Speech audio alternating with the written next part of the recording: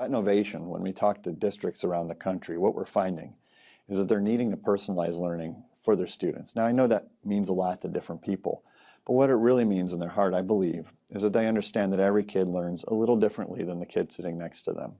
And they need to have the right content and the right mix of content for the teacher to be successful in helping each student understand how to learn something new.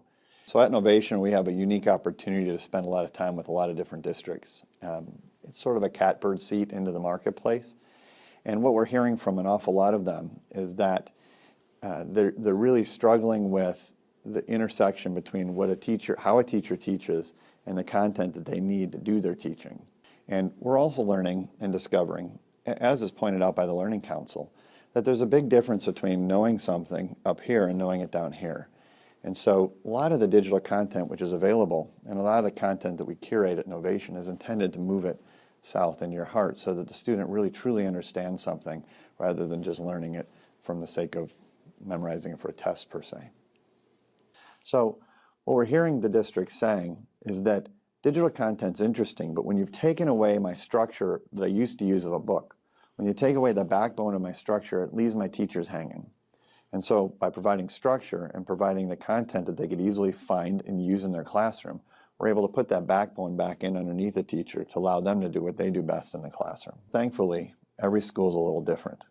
And I think that's great because they're reflecting their own community. And what they're discovering is that there's ways that they can divert some of the costs that they used to spend on books to other digital media, digital forms of content. Some of that is going to be paid, professionally created content, and we're all in favor of that. And some of that is going to be professionally curated content that they can then use for their teachers. A mentor of mine once said, he said, all of us are smarter than any of us, and I believe that's true, and I believe that the World Wide Web brings us the all of us feature. It allows all of us to weigh in on items of historical context, science, whatever it might be. The problem is not finding the content, it's finding the right content.